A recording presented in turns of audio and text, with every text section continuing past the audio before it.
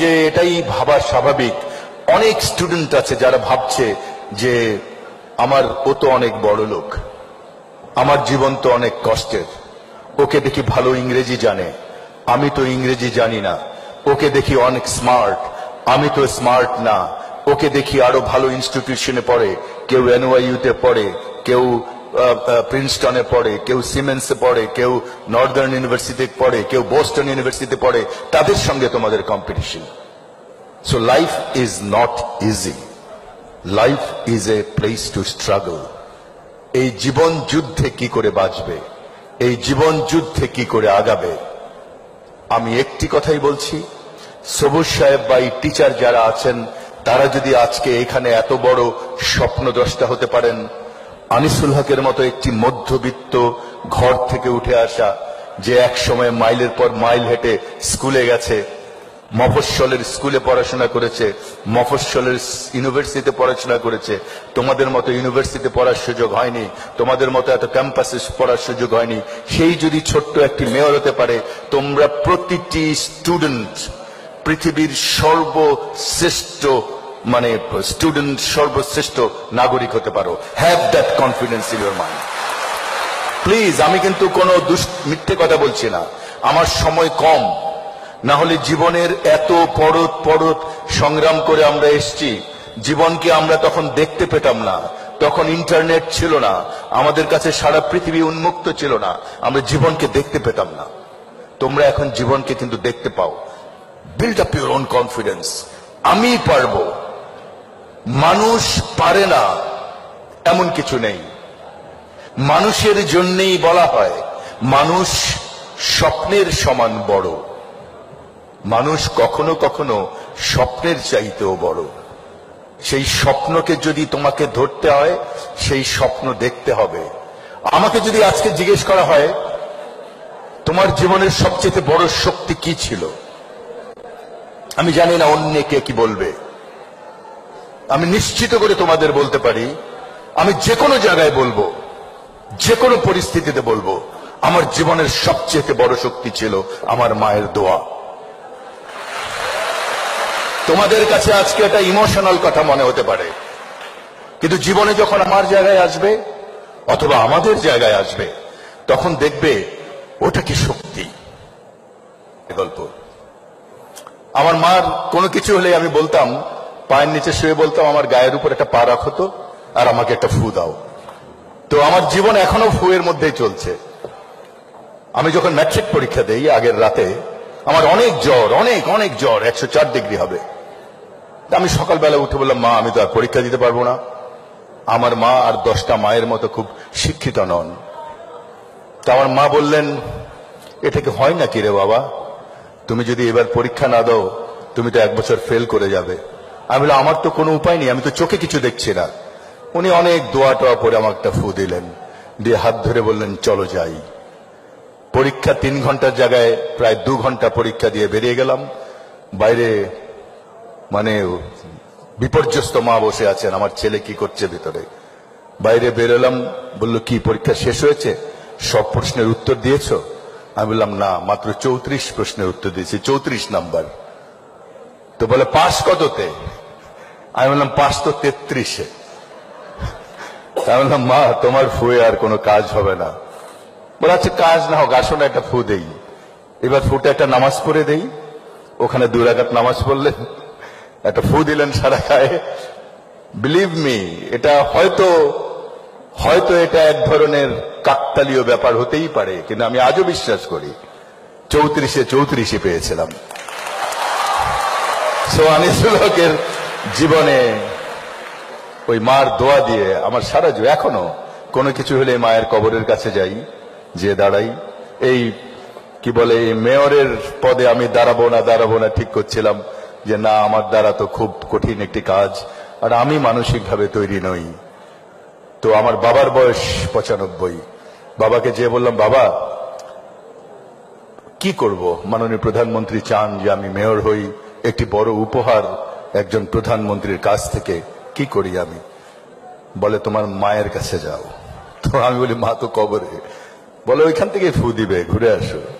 তো বুঝলাম বুড়া বোধহয় আগের দিন রাত্রে বুড়িকে স্বপ্ন দেখছে। সুতরাং আমি তোমাদের বলি, এই বয়সে এসে, আমার বয়সে কিন্তু আমি বুঝতাম না যে মার বা বাবার দোয়া কত পরিশ্রম। ওদের একটা স্বপ্ন আছে তোমাকে নিয়ে, সেজন্যই এত কষ্ট করে তোমাকে পড়ায়। ওদের একটা স্বপ্ন আছে, বাচ্চা এটা হবে ওটা হবে। তোমার স্বপ্নের সঙ্গে সেটি নাও মিলতে পারে। স্বপ্ন নেই জীবনে এমন কোনো মানুষ নেই, স্বপ্ন মানুষকে বাঁচিয়ে রাখে। আমার বাবা, যার বয়স 95 বছর, গত 1 মাস থেকে যিনি খাট থেকে উঠতে পারেন না, তাকেও আমি স্বপ্ন দেখতে দেখি। 1 বছর আগে বা 8 মাস আগে স্বপ্ন ছিল যে ছেলে তো অনেক জায়গায় অনেক মাতবরি টাতবরি করেছে, ছেলেটা যদি মেয়র হয়। তার স্বপ্ন ছিল তার একটি ছেলে, সে সেমি আর্মিতে কাজ করতো, আনসারে, সবসময় স্যালুট দিত।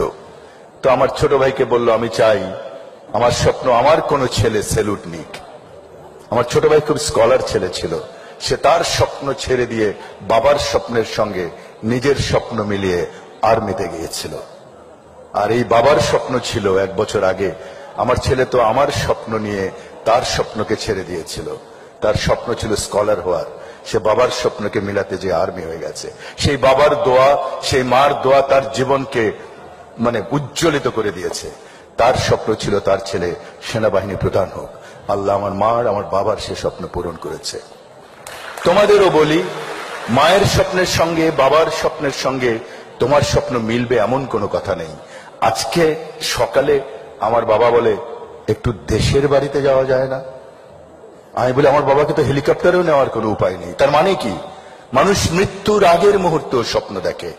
আর তোমরা কত ভাগ্যবান যে তোমাদের স্বপ্নের সময় মাত্র শুরু হলো। সুতরাং আমার মনে হয়, আমার বাবা বলতেন, সব মুরব্বীরা বলেন, তোমাদের টিচাররা বলেন, জীবনের এই স্বপ্ন দেখাকে বড় করে স্বপ্ন দেখো। জীবনের 40 বছর বয়সে কি হতে চাও, 45 বছর বয়সে কি হতে চাও, 50 বছর বয়সে কি হতে চাও, সেই স্বপ্ন দেখো। তো এই জন্য বললাম, জীবনে অনেক ধরনের ভাঙন আসবে। তোমরা যারা মধ্যবিত্ত পরিবার, দেখবে যে একসময় বাবা পড়াতে পারছে না, দেখবে যে এক সময় তুমি কোনো কারণে নর্মাল গতি থেকে হারিয়ে গেছো। Don't lose your courage. এত বড় একটি স্বপ্ন যদি 15 বছর আগেও কিন্তু সবুজ সাহেবের এই স্বপ্ন ছিল না, 20 বছর আগে তো ছিলই না।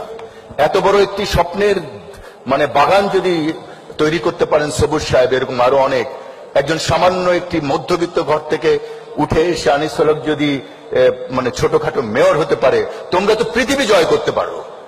You can win the world, and please have your confidence. এই একটি জিনিসই মানুষকে বদলিয়ে দেয়। যদি হাওয়া খেতে হয় তাহলে নদীর তীরে যেতে হয়, যদি সুন্দর সাগর দেখতে হয় কক্সবাজারে যেতে হয়, যদি সুন্দর পর্বত দেখতে হয় হিমালয়ে যেতে হয়, যদি ভালো মানুষ হতে হয় ভালো মানুষের সঙ্গে মিশতে হয়, ভালো মানুষের কথা পড়তে হয়, ভালো মানুষের বই পড়ো, ভালো মানুষের জীবনী, সেই স্বপ্ন দেখো। আমার স্ত্রীকে আমি সবসময় বলি যে তুমি মাফিয়ার চেয়েও খারাপ। তো বলে কেন? তো mafia wants either your life or your money, but you wives, you want both life and money. তো তার একটি গল্প আমি তোমাদের বলি, তাহলে বুঝবে মানুষের স্বপ্ন, মানুষের দৃঢ়তা মানুষকে কোথায় নিয়ে যেতে পারে। একসময় আমি টেলিভিশনে, মোটামুটি তোমাদের জন্মও হয়নি তখন, হয়তো এনারা জানেন যে টেলিভিশনে আমার মোটামুটি পরিচিত ছিল। তখন আমার স্ত্রী, তিনি কখনো সেকেন্ড হননি জীবনে, তিনি ফজলে লোহানী, আপনারা চেনেন স্যার, ভালো ডিবেটার ছিলেন। 4 বছরের ইন্টারমিডিয়েটে ফার্স্ট হওয়ার পরে সেই সময়টিতে জেনারেল এরশাদ ক্ষমতায় আসলেন। জেনারেল এরশাদ ক্ষমতায় আসার পরে একটি সন্ধ্যায় আমাদেরকে ডেকে নিয়ে যাওয়া হলো, ফজলে লোহানী ছিলেন সেখানে। আমার স্ত্রী অন্যদিকে প্রোগ্রাম করতেন, আমি তরুণ হিসেবে একটা প্রোগ্রাম করতাম। তো কখনো কখনো আমার প্রোগ্রামটি অনেক ভালো হয়ে যেত আর কি, সে এক ধরনের হিংসা প্রতিহিংসা ছিল। তখনও তিনি আমার স্ত্রী হননি। এক সন্ধ্যায় আমাদেরকে তুলে নিয়ে যাওয়া হলো। তুলে নিয়ে যাওয়ার পর ছোট্ট করে বলি, যে প্রোগ্রামটি আমাদের দ্বারা করতে বলা হলো, ছেলেদেরকে বলা, ইউনিভার্সিটির এই স্ট্রাইকের সময়, হরতালের সময়, যে তোমরা স্ট্রাইক করো না, হরতাল করো না, তোমরা বাস পুরো না, এই ছিল আইটেম। আমি পালিয়ে এসেছিলাম আর্মি হেডকোয়ার্টার থেকে, সে পালিয়ে আসতে পারেনি। লোহানী সাহেবকে একটা প্রোগ্রাম করতে হয়েছিল, সেই লোহানী যিনি সবচেয়ে বড় একটি উপস্থাপক ছিলেন, বিশাল একজন সাংবাদিক ছিলেন, একটি 10 মিনিটের প্রোগ্রাম তার জীবন ঘুরিয়ে দিয়েছিল। তেমনি ভাবে আমার স্ত্রী সেদিন করতে হয়েছিল তৎকালীন, তখন আমার স্ত্রী হয়নি। আমি তাকে বলেছিলাম পালিয়ে যাও, আমি পালিয়ে যাচ্ছি আজকে প্রধানমন্ত্রীর এই দফতর থেকে।